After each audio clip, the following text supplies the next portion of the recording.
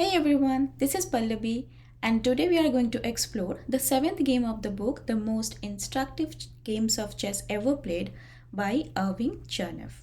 Titled Finesse in the Ending, this fascinating encounter between Domenech and Flohr, played in Rosas in 1935, highlights the beauty of precise endgame play. With the Sicilian defense as the opening, this game is packed with strategic insights. Floor's skill in this game is exquisite and elegant, filled with subtle finesses and original moves. He creates an irreparable weakness mid exchange and continues with precision. This quiet positional masterpiece outshines even the most aggressive attacking games. Now let's see the game. White started with e4, c5, knight f3, e6, c4.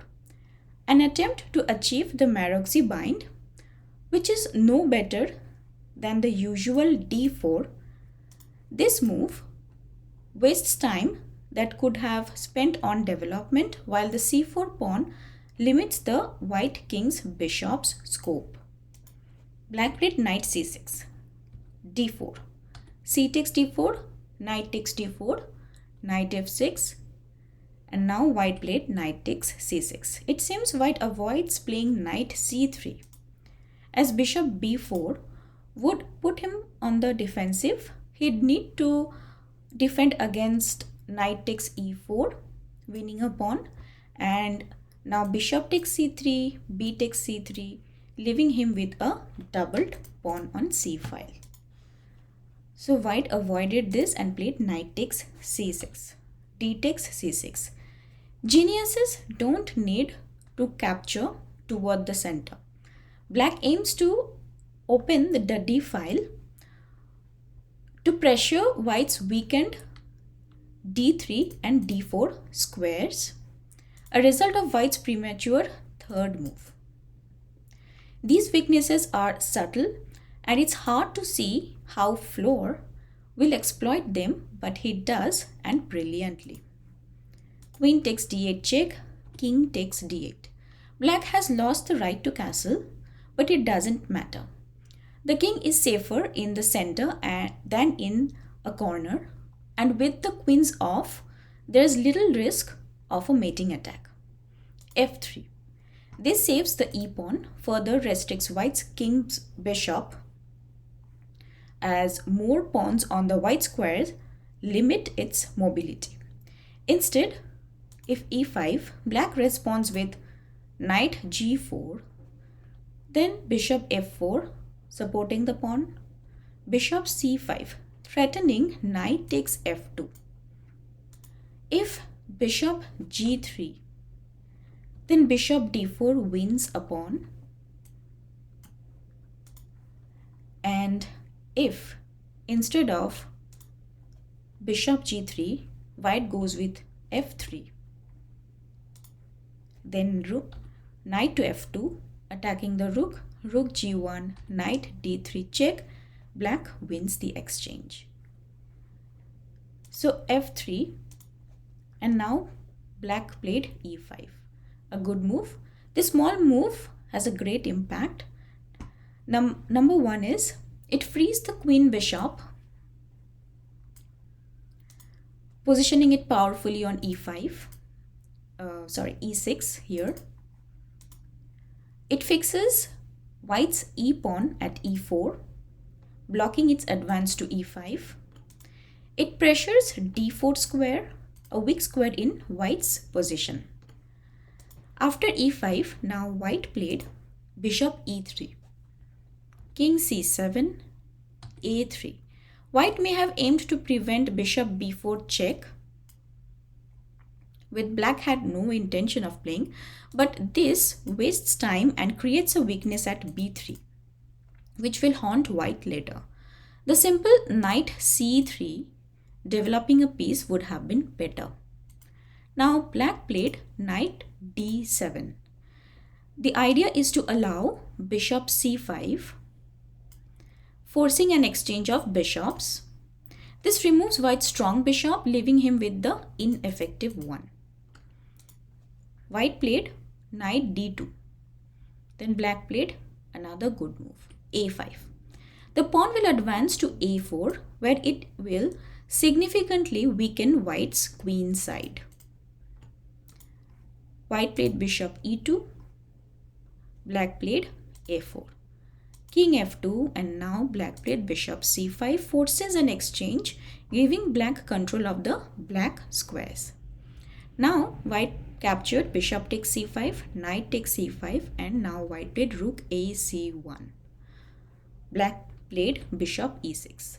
Black's bishop is aggressive, white's is passive.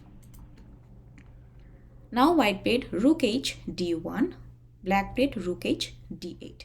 Intending to double rooks on the d file, if white contests control, this could happen. If knight f1, then knight b3, rook takes rook on d8, rook takes rook, rook d1, rook takes d1, bishop takes d1, bishop takes c4, and white loses a pawn. So after rook h d8, white played king e3, black played rook d7, then g3. The aim of this move and white's next is to place pawns on black squares, giving his pieces, especially the bishop, more freedom. Now black played rook a d8. Black now controls the d file, leaving his opponent with little to do but wait. f4, a natural move, but it opens the door to a surprising, unique delayed action combination in chess literature.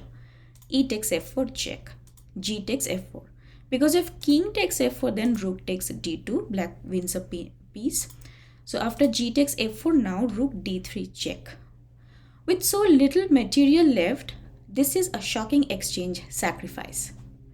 Bishop takes d3, rook takes d3 check, king f2. If instead king e2, then bishop g4 check, king e1, bishop takes d1, rook takes d1, then knight takes e4, knight takes e4, rook e3 check, and black wins another pawn and the game.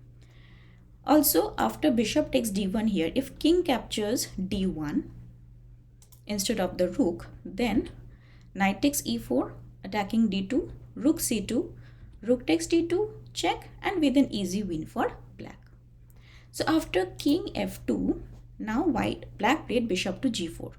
Threatens a quick finish through bishop takes d1, rook takes d1, rook takes d2 check, rook takes d2, and then knight takes e4 check, followed by knight takes d2. Now white played e5. White is almost in zugzwang. If the king's rooks move here, this knight is captured. And then if the knight moves to f3 to shield the rook, then rook takes f3 check. It's winning for black. And if the queen's rook moves, black wins as before, capturing the rook. So white, grateful for small favors, advances the e-pawn to avoid immediate capture. Now bishop takes d1, rook takes d1. So here black would likely continue with knight b3, king to e2, rook takes d2 check, rook takes d2, knight takes d2, king takes, and for black it's gaining a slightly superior position, while a win seems doubtful given his endgame skill. Black here does bring the knight to b3 and clears the board. But first, however, his knight makes two more moves, creating irreparable weaknesses in white's pawn structure.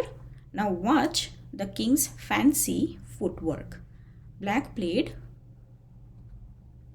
knight e6, attacks the f-pawn, forces it to advance. If king e2 right now, then knight takes f4 check. So white played f5, attacking the knight. Now black played knight to d4, f6, g takes f6, e takes f6, and now knight b3. plants a piece in the hole created by white's 10th move. Now king e2, rook takes d2 check, rook takes d2, knight takes d2 and king takes d2, and then black played king d6, white resigned. The rest is a matter of counting moves. White needs 6 moves to capture the b and c pawn, 1, 2, 3, 4, 5 and 6, and then one move to move the king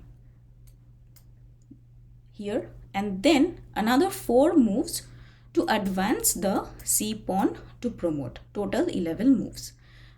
Meanwhile, black captures the f pawn in 2 moves, moves the king 1 move, and advances the f pawn in just 5 moves, total 8 moves. So resignation for white was inevitable. So that was the game. After king d6, white resigned. Now let's look at the key lessons learned from this game. Number 1, positional understanding.